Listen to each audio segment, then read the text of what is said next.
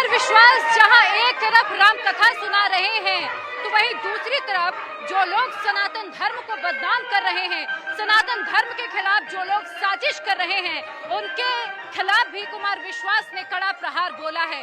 कुमार विश्वास ने साफ तौर पर कहा कि जो युवा वाम पथ पर आगे बढ़ रहे हैं, इस कार्यक्रम के जरिए उनका मकसद है कि वो उन युवाओं को राम पथ पर लेकर आएं। कुमार विश्वास ने जेएनयू में हुई कई घटनाओं का भी जिक्र किया। उन्होंने कहा कि कुछ लोगों की साजिश है कि सनातन धर्म को बदनाम किया जाए। कुछ ऐसे लोग हैं जो रामचरितमानस को, रामायण को नहीं मानते हैं। जो लोग वाम पंथ पर आगे बढ़ रहे हैं, उन्हें राम पथ पर लेकर आना है और इसके लिए ऐसे युवाओं को अपने अपने राम सुनना चाहिए। और ऋग्वेद का ऋषि तो केवल यही कहता है, यजुर्वेद का ऋषि तो उससे एक पल आगे बढ़ गया। वो कहता है कि केवल अच्छे विचार को मैं अपना स्वागत नहीं करता। वो कहता है यथे मां वाचम कल्याणी मावदानी जनेभ्य। जो मैंने अच्छा जान लिया है उसे मैं अपने वाचन से, अपनी वाचा से, अपनी सरस्वती से, यथे मां वाचम कल्याणी मावदानी जनेभ्य, मैं उसे जनता से परिचित कराऊं, जनता तक बात पहुंचा सकूं। एक पंक्ति में अपना उद्देश्य स्पष्ट कर दूं तो आपकी शुभकामनाओं और आशीर्वादों की मोहर लगे। मेरा कोई प्रयास नहीं, मेरा कोई सामाजिक, राजनीतिक, धार्मिक उद्देश्य नहीं।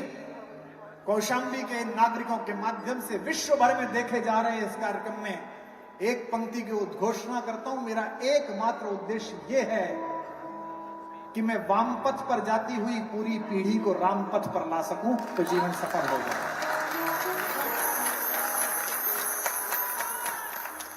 क्योंकि अहंकार शून्यता तो मेरा सनातन मार्ग मुझे सिखाता है। जिस समय 1907 में आप वामपंथी क्रांति के नाम पर जॉर्ज निकोलस के दुधमुहे शिशुओं को बिना मुकदमा चलाए गोली मार रहे थे, उससे हजारों वर्ष पहले दुष्यंत कर्ण के आश्रम में प्रवेश करते हैं। उनके साथ उनका एक कवि मित्र है मांडव्य शर्मा। मांडव्य से कहते हैं, यार ये बहुत सुंदर आश्रम है, आओ उसमें प्रवेश करते हैं। तो कहता चलो। कहते नहीं, विनीत वेशेण प्रविष्टव्यानि तपोवनानि नामः। मांडव्य, इसमें ये मुकुट लगाकर, ये तीर लेकर, ये तलवार लेकर, ये सोने की माला लेकर प्रवेश नहीं करूंगा। क्यों? ये गुरुकुल है, इसमें विनीत वेश में प्रवेश करूंगा। पहले मुकुट उतारता है, फिर माला उतारता है, फिर तीर उतारता है, उसके बाद प्रवेश करता है। अब इस बात पर गर्व करना कौशाम्बी वालों, आप उस देश में पैदा हुए हैं जहां गुरुकुल में प्रवेश करने से पहले भी राजा प्रणाम की मुद्रा में आ जाता है। अहंकार छोड़कर आप उस देश में, ये ज्ञान की परंपरा को आदर देने की संभावना है। जो लोग मंच पर बैठे हुए थे दोपहर के सत्र में, देश के गृह मंत्री के साथ, प्रदेश के मुख्यमंत्री के साथ, वो नीचे बैठे हुए हैं। क्यों? क्योंकि इस देश की परंपरा में है कि ज्ञान को आदर देना है। 10 करोड़ 20 करोड़ रुपए कमा ले आदमी, नोएडा में कोठी बना ले, तो 5वीं क्लास में, 6ठी क्लास में पढ़ने वाले बच्चे के लिए ट्यूशन लगा देता है। मैडम 6 बजे आएंगी पढ़ाने। और दुनिया के सबसे बड़े राजा का बेटा जब पढ़ने योग्य हुआ, मुझे बताते रहना अपनी ध्वनियों से, लाइव भी जा रहा है। जब पढ़ने योग्य हुआ हमारा राजकुमार, भारत का भविष्य,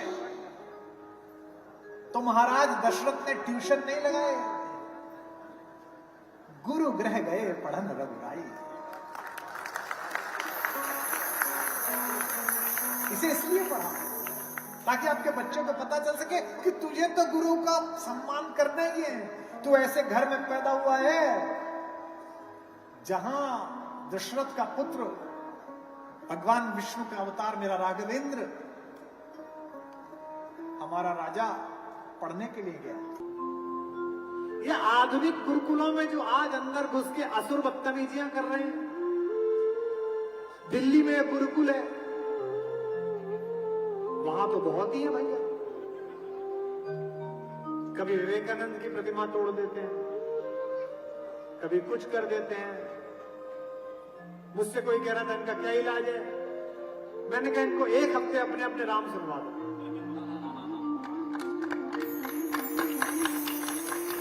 ठीक करके लौटेंगे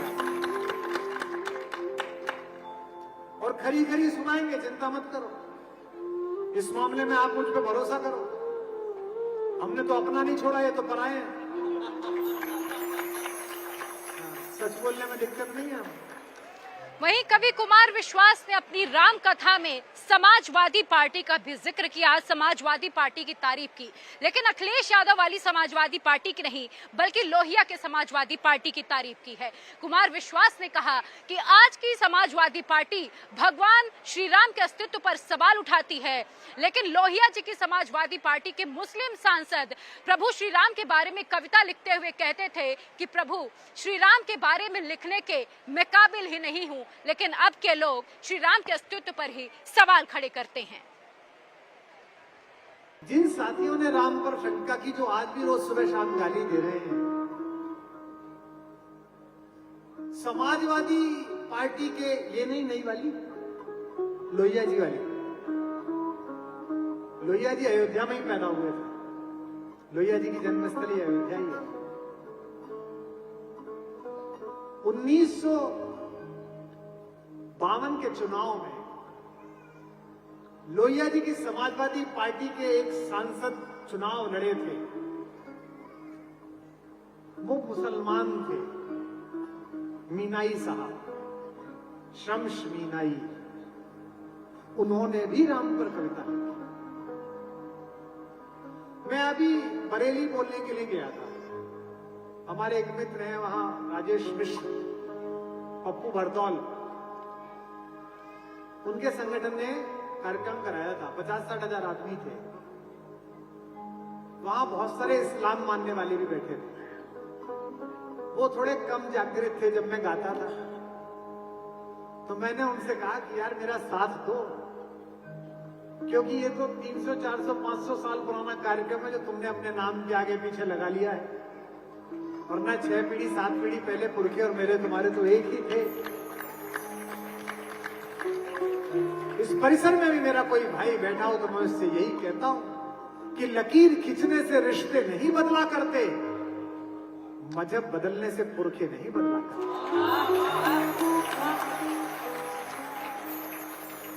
पाकिस्तान ने अपनी मिसाइलों के नाम रख लिए गजनी, गौरी, गजनवी। अबे मूर्ख, जब हमारी माता गांधारी के प्रांत को पार करके एक विधर्मी आया था तो तेरी मां भी करवा चौथ रखती थी और मेरी मां भी करवा चौथ रखती। तू अपनी मां और बहनों की अस्मत पर हाथ डालने वाले लुटेरे का नाम अपने ऊपर रख रहा है। यही परिवर्तन उस सोच में और मेरी सोच में कि मैं अन्नपूर्णा योजना चला रहा हूं, मैं घर घर किसी प्रकार से भोजन पहुंच सके इसकी व्यवस्था कर रहा हूं, और वहां भोजन पर हत्याएं हो रही हैं, आटे के ट्रक लूटे जा रहे हैं। ये देशों का नहीं, संस्कृतियों का अंतर है। ये एक मुसलमान कह रहा है, ये एक लोहिया जी का सिपाही कह रहा है, ये समाजवादी आंदोलन का नेता कह रहा है। मैं राम पर लिखूं मेरी हिम्मत नहीं है कुछ,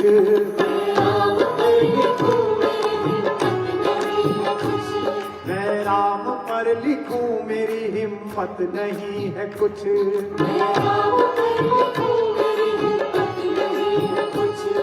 मैं जब तक ये लाइन गाऊंगा जब तक तुम सब नहीं गाओगे एक साथ। मैं राम पर लिखूं मेरी हिम्मत नहीं है। वहीं कुमार विश्वास ने रामचरितमानस का जिक्र करते हुए तुलसीदास का भी जिक्र किया, और उन्होंने कहा कि राम वंचितों के थे, प्रभु श्री राम वंचितों को साथ लेकर चलते थे। प्रभु श्री राम का काम था वंचितों को बल देना, वंचितों को साथ लेकर चलना। उन्होंने सरकार को भी इसे लेकर संबोधित करते हुए कहा कि ये गुप्तचरों का काम है कि देखना चाहिए कि वंचित तक हर सुविधाएं पहुंच रही हैं कि नहीं। हर प्रकार की जो सुविधाएं सरकार की ओर से चलाई जाती हैं वो हर एक आखिरी व्यक्ति तक पहुंच रही हैं या नहीं। साथ ही उन्होंने राजीव गांधी के उस बयान का भी जिक्र किया जिसमें उन्होंने कभी कहा था कि 1 रुपए अगर यहां से दिए जाते हैं तो वो जाते जाते 25 पैसे लोगों के पास पहुंचते हैं। वंचितों के राम पर चर्चा हो रही है।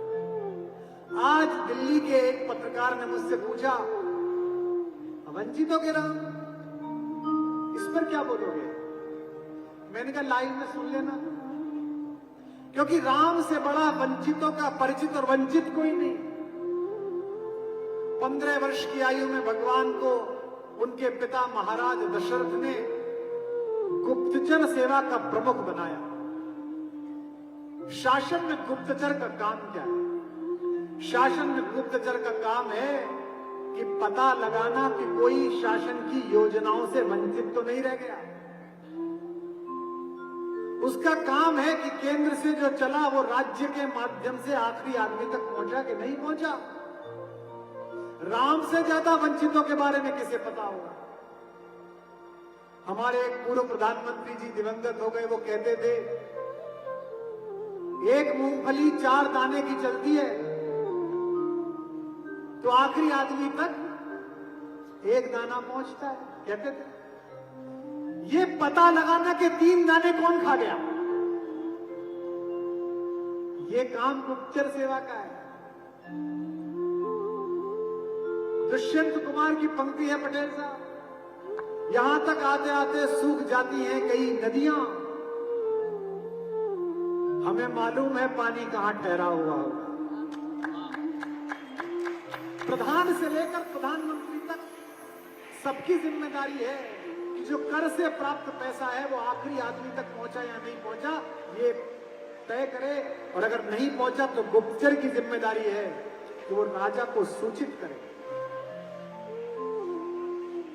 इंडिया टीवी हर वक्त हर जगह डाउनलोड करने के लिए सर्च करें India TV news Google play store या ऐप स्टोर पर।